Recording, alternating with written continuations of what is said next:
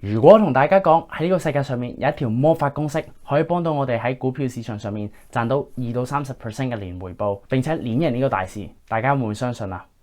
喺呢段片上面，我將要帶俾大家乜嘢係魔法公式，希望可以幫到我哋喺呢個投資世界上面做出一啲更加明智嘅選擇。事不宜遲，即刻去片。大家好，我係 Ted， 今日想帶俾大家嘅係，你唔需要一個股票嘅天才或者一個投資嘅專家，但係你都可以運用到一個簡單而且有系統嘅方法，亦即係我將會講嘅魔法公式，去碾贏呢個大市。如果大家有睇開啲投資嘅書嘅話，就會知道我講啲乜嘢啦。冇錯啦，我今日想講嘅就係呢一本書《The Little Book That Still Beat the Market》by Joe Greenblatt， 中文譯名為《股市穩賺》。呢本書嘅作者解釋咗一個 step by step 嘅方法，去運用呢條魔法公式，去碾贏呢個大市，而且大幅度咁拋離一啲專業嘅投資者。但係究竟呢個作者有咩咁把炮，我哋要相信佢講嘅嘢呢？作者 Joe Greenblatt 係一個對沖基金經紀人，佢喺1985年到2005年，佢呢隻基金賺到年回報為40%。具體啲嚟講，就係如果你將1萬蚊放落呢隻基金嗰度，20年之後呢筆錢將會成為100萬。呢筆錢唔單止倍增咗好多倍，而且仲遠遠拋離咗 S&P 500指數嘅10% 左右嘅年回報。同巴菲特相比，巴菲特嘅巴郡由1965年去到依家嘅平均年回報大概為21% 左右。如果純粹係講20年嘅期間， Joe Greenblatt 嘅紀錄甚至乎係超越咗巴菲特㗎。當然嗰個時間分別係好大啦。依家正題啦，如果要得到一個2到30% 嘅年回報，相信呢條公式一定係牽涉咗好多嘅數學理論啦，係咪？錯啦。其實呢條公式只係建基於兩個好簡單去量度公司業績嘅指標，透過運用呢兩個指標去幫美國所有嘅3500間公司進行排名以及篩選，而投資者可以透過買排名最高嘅30間公司去完成成個魔法公式嘅程序。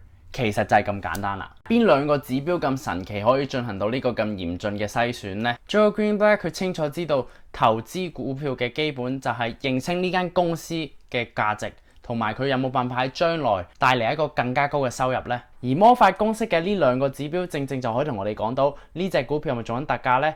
以及呢間公司有冇辦法利用佢哋現有嘅資產去達到一個高嘅收入年回報呢？嗰個指標就係收益率啦。收益率最重要嘅地方就係可以話俾我哋聽呢間公司平定貴。以下我可以做一個例子，假設依家有兩間公司，一間為陳仔士多，一間為菠菜連凍肉店。佢哋兩間公司嘅各值為500萬，陳仔士多嘅年收入大概為50萬左右，而菠菜連凍肉店嘅年收入為20萬左右。根據收益率公式，我哋會知道陳仔士多嘅收益率大概為10%，而菠菜連凍肉店係4%。我想問大家個問題，如果你要揀嘅話，你會揀邊一間公司去買呢？ A few moments later， 你揀陳仔士多咁就冇錯啦。由於兩間公司嘅價值一樣，但係陳仔士多能夠產生一個更加高嘅年收入，比起菠菜連凍肉店，所以即使兩間公司嘅價值一樣嘅時候，陳仔士多其實係一個更加好嘅交易。基本上收益率就係同我哋講一間公司嘅收入以及一間公司本身賣出嘅價值，去話俾我哋聽呢間公司係做緊平定係貴呢？第一點係收益率啦，咁第二點就係一個叫做資本回報率啦。咁乜嘢係資本回報率呢？基本上就係透過比較一間公司嘅年收入以及佢投放咗幾多資產去賺取呢啲收入嘅嗰一筆錢嘅一個指標。雖然咁樣聽落好1999咁，唔知講緊乜嘢。所以再嚟一個例子，依家再用陳仔士多同埋菠菜連凍肉店做一個例子。依家陳仔想起一間新嘅士多，咁佢投入嘅資產大概為100萬。喺呢間新嘅士多上面，佢可以得到嘅年收入大概為20萬。我哋運用公式，我哋可以知道佢嘅資本回報率大概為20%。同一時間，菠菜連凍肉店佢起一間凍肉店嘅錢大概都係100萬左右，但係佢哋嘅年收入係只係得10萬蚊。咁佢嘅資本回報率就係10% 啦。咁如果我問你，如果你又要揀一間公司嘅時候，你會揀邊一間公司呢？你會揀陳仔士多啊，定係菠菜連凍肉店呢？ 1 hour later， 好明顯，咁就梗係揀陳仔士多啦，因為佢哋嘅資本回報率比較高。但係點解要睇資本回報率呢？最大嘅原因係一間好嘅公司，佢哋能夠用佢哋有效嘅資源去將佢哋嘅收入擴到最大㗎。我哋要評價一間公司嘅時候，一個資本回報率可以話俾我哋聽，呢間公司係咪高效呢？有冇浪費呢？佢哋有冇一個好嘅管理層呢？總括嚟講啊，魔法公式就係透過運用資本回報率同埋收益率去揾出最好而且做緊特價嘅股票。當然聽啲理論嘅時候就梗係聽得好好聽啦，但係實質嘅時候究竟 work 唔 work 嘅咧？咁啊 Joe 咧，其實佢喺1988年去到2004年嘅期間，其實已經做咗一個實驗噶啦。佢本書嗰度亦都有提及到，佢比較咗由1988年去到2004年 S&P 500嘅平均年回報，以及運用魔法公式去投資嘅平均年回報係幾多？大家估唔估都係幾多呢？係一個好大嘅分別。呢17年嘅期間啊，魔法公式嘅平均年回報係31%，而 S&P 500嘅平均年回報只係12%咋，簡直係蹂躪緊呢個市場啊！咁睇魔法公式威力真係好神奇，竟然能夠賺取比起大市仲要好1倍嘅年回報，你就會喺度諗，其實佢咪負碌嘅咧？喺書裏面佢另外做咗另外一個測試，令我完完全全打咗個突嘅。因為我之前同你講過，魔法公式會將美國嘅3500間公司進行一個排列順序，由最好嘅公司去到最壞嘅公司，而作者就抽取咗最好嘅2500間公司，將佢哋斬為10組，每一組有250間公司。最奇怪嘅地方就係每一個組別嘅平均年回報，亦都係跟住呢一個嘅分別去排落去嘅，即係第一組有一個高嘅年回報比起第二組，而第二組高過第三組，第三組高過第四組，如此類推，等等等等等。呢樣嘢令我更加覺得魔法公式有機會並唔係屎忽撞馬棍咁簡單嘅。咁聽落去魔法公式好似好美好，好似包你發達咁樣喎。問題就嚟啦，作者喺書裏面提及過呢條魔法公式係有機會唔 work 㗎，可能有連續幾年佢都唔能夠跑贏大市，甚至乎令你蝕錢。作者強調，如果你真係想用魔法公式嘅話，你一定要抱有一個長遠投資嘅心態，可能10年啊、20年啊不等。如果唔係嘅話，千祈唔好用魔法公式，因為會令你輸得好慘嘅。依家我想講講點解魔法方程式長遠嚟講係 work 嘅呢？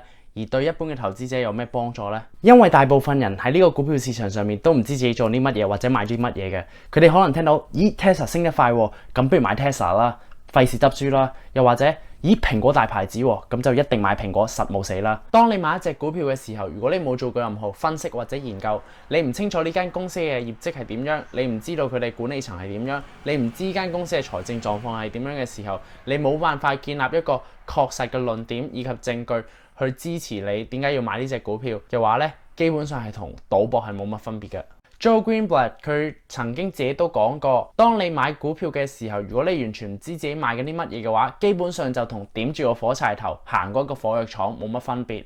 你可能唔會死，但係你都係一個蠢材。由於大部分人都冇咁嘅時間或者耐性去分析或者研究一隻股票，喺呢個時候魔法公式就大派用場啦。魔法公式並唔會同你揀一隻獨立股票，佢會基於嗰兩個嘅指標去揾出最好嘅股票，而你同一時間要買入20到30隻股票喺一年裡面。利用魔法公式得出嚟嘅30隻股票，未必有你購買一個廣大市場嘅指數基金咁多元化。但係一隻廣大市場嘅指數基金有好多時有幾百隻甚至乎成1000隻嘅股票，佢哋嘅表現都未達預期嘅。如果你用魔法公式嘅話，就可以將呢啲股票排除在外啦。同一時間亦都冇你做一隻盲頭烏蠅亂咁做買賣嘅風險咁大。而呢樣嘢正正係作者點解會認為魔法公式有咁強大嘅威力同埋回報嘅原因啦。跟住落嚟我同大家講下點樣先可以用到魔法公式。我哋係唔需要做任何嘅數學計算嘅，因為作者已經安排咗一個平台，可以俾到我哋用魔法公式去篩選出唔同嘅股票。咁首先咧，第一步咧就係要去呢個魔法公式嘅網站啦。咁我哋打 Magic，OK。嗱，一見到我哋 click 入去 ，click， 一見到就見到 Joe 喺度幾靚仔係咪？跟住即刻撳 login， 佢要登入嘅。咁我登入先。OK， 咁依家登入咗啦，我哋就會見到呢個框框喺度啦。嗱 ，Joe 仲喺度嘅，仲係幾靚仔。咁樣佢呢度就會問最低市值嘅股票係幾多，同埋幾多隻股票。基本上咧30隻就 OK 㗎啦。對於一般投資嚟講，50到1億市值嘅股票以上咧就冇問題㗎啦。咁我哋揾股票啦 ，click。咁一 click 落去咧，佢就彈咗30隻由魔法公式篩選出嚟嘅股票啦，就喺呢度。